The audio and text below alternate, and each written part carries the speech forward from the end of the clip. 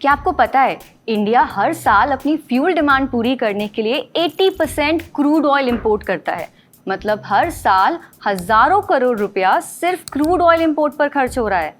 और ऊपर से फ्यूल ऑयल प्राइसेस का तो कोई भरोसा नहीं, कभी सस्ते होते हैं तो कभी बहुत महंगे। तो इसका सोल्यूशन क्या हो सकता है? सोल्यूशन है इथेनॉल ब्लेंडिंग। सरकार ने पेट्रोल में 20% इथेनॉल ब्लेंड करने का टारगेट सेट किया है, वो भी 2025 तक, जो पहले की 2030 तक अचीव होना था।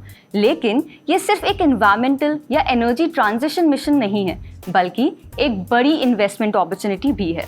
अब इंडिया का ethanol market is worth $6.51 billion और ये बढ़कर हो जाएगा $10 बिलियन तक इन 2029, जिसका मतलब है this is growing with a CAGR of 8%। अब इस वीडियो में हम जानेंगे कि इंडिया का इथेनॉल मार्केट कैसे बूम करेगा और वो कौन से टॉप 3 इथेनॉल स्टॉक्स हैं जो ग्रोथ का पूरा फायदा उठा सकते हैं। अगर आप भी इथेनॉल स्टॉक में इन्वेस्ट करना चाहते हो तो वो कौन से फैक्टर्स हैं जो आपको ध्यान रखने हैं। अगर मैं आपकी जगह होती तो मैं ज़रूर समझती कि ये कौन से इन्वेस्टमेंट अपॉर्चुनिटीज़ हैं जो कि आप समझ सकते हो with the help of government policies, and वो कौन सी एडवाइजरी है जो कि ये मेथड्स को बताती है। चलो समझते हैं इसको। अगर आप भी ये इन्वेस्टमेंट अपॉर्चुनिटीज़ ढूंढ रहे हो जो गवर्नमेंट पॉलिसीज से बैक्ड है तो ये वीडियो एंड तक ज़रूर देखना। आज के टाइम की प्रॉब्लम क्या है? आज के टाइम पे फ्यूल प्राइसेस अनप्रिडिक्टेबल है और इसका डायरेक्ट इम्पैक्ट ट्रांसपोर्टेशन, लॉजिस्टिक्स और डेली एक्सपेंसेस पे पड़ता है। इसके साथ ही इंडिया हर साल अपनी फ्यूल डिमांड का 80% क्रूड ऑयल इंपोर्ट करता है, जो हमारी इकोनॉमी पे एक बड़ा लोड रख रहा है। लेकिन इस प्रॉब्लम का एक सोल्यूशन है जो कि है इथेनॉल ब्लेंडिंग। इथेनॉल सिर्फ एक क्लीन और रिन्यूएबल फ्यूल नहीं है, बल्कि ये इंडिया का फ्यूल इंपोर्ट को रिड्यूस करने का एक स्ट्रॉन्ग सोल्यूशन भी है। गवर्नमेंट ने इथेनॉल ब्लेंडिंग का टारगेट 20% तक बढ़ाने का डिसीजन लिया है। इसका इम्पैक्ट एनर्जी सिक्योरिटी से लेकर काफ़ी सारी नई इन्वेस्टमेंट अपॉर्चुनिटीज तक होगा। लेकिन ये ग्रोथ सिर्फ फ्यूल सेक्टर तक सीमित नहीं है। इथेनॉल का यूज़ करने वाली कई सारी इंडस्ट्रीज है जो कि ट्रांसफॉर्म हो रही है। कौन से सेक्टर्स है वो जिनको फ़ायदा मिलेगा? देखो, अब अगर जहाँ प्रॉब्लम है तो वहाँ बिजनेस अपॉर्चुनिटी भी बन जाती है। इथेनॉल का अडॉप्शन मल्टीपल इंडस्ट्रीज डायरेक्टली या इनडायरेक्टली कर रही है। अब बात करें तो फ्यूल सेक्टर में ही ब्लेंडिंग से क्रूड ऑयल इंपोर्ट्स कम होने लगेंगे और इंडिया एनर्जी इंडिपेंडेंट हो जाएगा। अल्कोहलिक बेवरेजेस इथेनॉल फर्मेंटेशन के लिए एक की कंपोनेंट है जो लिकर प्रोडक्शन के लिए एसेंशियल भी है। बात करें अगर हम फार्मास्यूटिकल्स इंडस्ट्री की या फिर कॉस्मेटिक्स की, ये इंडस्ट्री में भी इथेनॉल को सॉल्वेंट की तरह यूज़ किया जाता है, जो कि एसेंशियल है मेडिसिन और पर्सनल केयर प्रोडक्ट्स बनाने के लिए। अब बात करते हैं केमिकल इंडस्ट्री की या फिर इंडस्ट्रियल केमिकल्स की, विच आर मैन्युफैक्चरिंग प्रोसेसेस, जिसके लिए इथेनॉल का क्रूशियल रॉ मटेरियल होना बहुत ज़रूरी है। इन शॉर्ट, इथेनॉल का अडॉप्शन सिर्फ फ्यूल ट्रांजिशन में नहीं बल्कि एक मल्टी सेक्टर ट्रांसफॉर्मेशन का हिस्सा है और इन्वेस्टर के लिए अपॉर्चुनिटीज़ काफ़ी सारी खोल रहा है।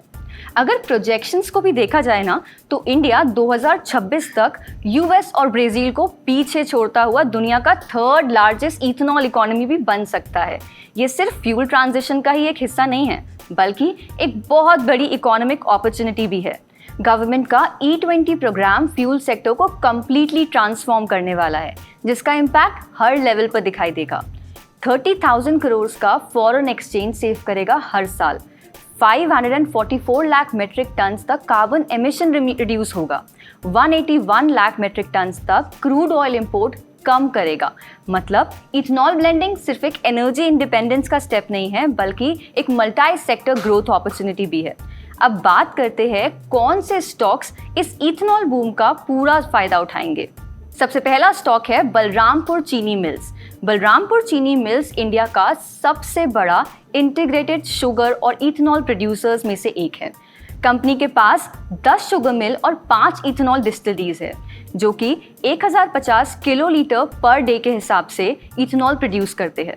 FY23 में इथेनॉल का रेवेन्यू शेयर 21% था और आने वाले सालों में ये बढ़कर पोटेंशियली काफ़ी इंक्रीज हो सकता है, स्पेशली गवर्नमेंट के ये एग्रेसिव इथेनॉल ब्लेंडिंग टारगेट्स की वजह से। अगर हम फाइनेंशियल्स देखें कंपनी के, तो कंपनी का PE रेशियो लगभग 27 से 28 है, जो इंडस्ट्री एवरेज से काफ़ी बेहतर है। क्योंकि इथेनॉल सेगमेंट में काफ़ी प्रॉमिसिंग रिटर्न भी दिखाई देता है। नेट प्रॉफिट मार्जिन 5 to 8% के बीच है and return on capital employed is 13 to 14%, जो कि एक स्टेबल फाइनेंशियल पोजीशन को दिखाता है। अगर मैं बात करूं डेट टू इक्विटी रेशियो की, जो कि 0.6 के लगभग है, and this shows the manageable debt levels. ये फैक्टर्स बलरामपुर चीनी मिल्स को इथेनॉल इन्वेस्टमेंट स्पेस में एक स्ट्रॉन्ग प्लेयर बनाते हैं। सेकेंड स्टॉक है EID पैरी इंडिया लिमिटेड। अब ये stock is the part of EID Parry Murugappa group, जो शुगर और इथेनॉल प्रोडक्शन के साथ साथ फर्टिलाइजर्स और न्यूट्रास्यूटिकल्स भी प्रोड्यूस करता है। कंपनी के पास 5 डिस्टिलरीज है जो 582 किलोलीटर पर डेज के हिसाब से इथेनॉल प्रोड्यूस करती है। अभी इथेनॉल का कंट्रीब्यूशन टोटल रेवेन्यू का सिर्फ 2% है, लेकिन कंपनी इथेनॉल सेगमेंट में ही एग्रेसिवली इन्वेस्ट कर रही है। FY24 में 284 करोड़ का इथेनॉल कैपेसिटी एक्सपेंशन के लिए भी एलोकेट किया गया है बजट, जो फ्यूचर ग्रोथ के लिए एक स्ट्रॉन्ग इंडिकेटर है। अगर फाइनेंशियल्स की बात करें तो कंपनी का total revenue in FY24 9,300 crore था और नेट प्रॉफिट 592 करोड़, जो पिछले साल से 32% डाउन है। PE रेशियो लगभग 15.3 है, जो वैल्यूएशन के हिसाब से अट्रैक्टिव दिख रहा है। और इंटरेस्टिंग फैक्टर ये है कि EID पैरी के पास कोरोमंडल ग्रुप का 56.19% स्टेक है, जिसका market value is about 29,000 crore. And ये एडिशनल एसेट कंपनी के लिए ओवरऑल फाइनेंशियल स्ट्रेंथ को काफ़ी स्ट्रॉन्ग बनाता है। Now talking about the third stock, it's none other than Triveni engineering and industry limited. अब इस स्टॉक के बारे में अगर हम बात करें, so this is again a engineering sugar ethanol company, where in ये इंजीनियरिंग सेक्टर में एक काफ़ी बड़ा प्लेयर है। ये इंडिया का सेकेंड लार्जेस्ट इथेनॉल सप्लायर भी है, जिसमें उत्तर प्रदेश में 7 शुगर मिल्स, 5 डिस्टिलरीज, उन सभी का ऑपरेशन मैनेज करता है। कंपनी का ethanol production capacity is about 860 kilolitre per day और फ्यूचर एक्सपेंशन के लिए भी एग्रेसिव प्लान्स रखता है। त्रिवेणी इंजीनियरिंग ने सिर शादी लाल एंटरप्राइजेस का एक्विजिशन भी किया है, जिसने कंपनी और एक्सपैंड करने के लिए प्रॉमिसेस किए।